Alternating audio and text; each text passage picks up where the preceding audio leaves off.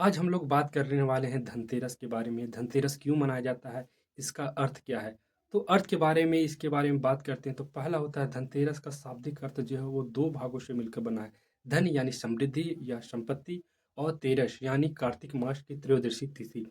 इस दिन धन की देवी लक्ष्मी और धन्वंतरी देव की पूजा की जाती है। इसके पीछे जो धार्मिक कारण है वो इस प्रकार है कि देवी लक्ष्मी का अवतार हुआ था। हिंदू मान्यता के अनुसार समुद्र मंथन के समय इस दिन देवी लक्ष्मी समुद्र से प्रकट हुई थी।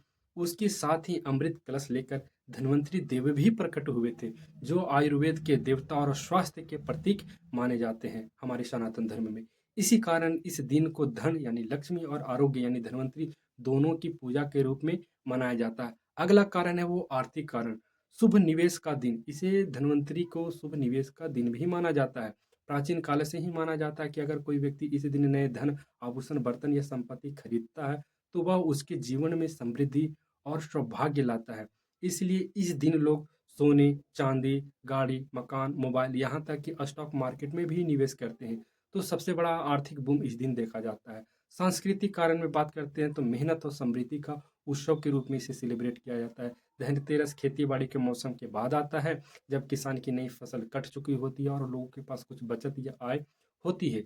इसलिए यह दिन एक नए आर्थिक चक्र की शुरुआत का प्रतीक भी होती है, जहाँ लोग अपनी आमदनी से नई चीज़ खरीद कर अर्थव्यवस्था को गति देते हैं।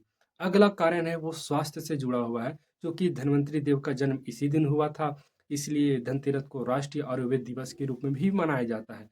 लोग इस दिन स्वास्थ्य, दीर्घायु और रोगमुक्त जीवन की कामना करते हैं। निष्कर्ष के तौर पर हम कह सकते हैं कि धनतेरस सिर्फ सोना खरीदने का दिन नहीं है। ये दिन है मेहनत से कमाए धन का सम्मान करने का, स्वास्थ्य और समृद्धि की कामना का और पूरे समाज में खुशहाली फैलाने का। इसलिए मैं आप सभी को हैप्पी धनतेरस और हैप्पी दीपावली विश करता हूँ।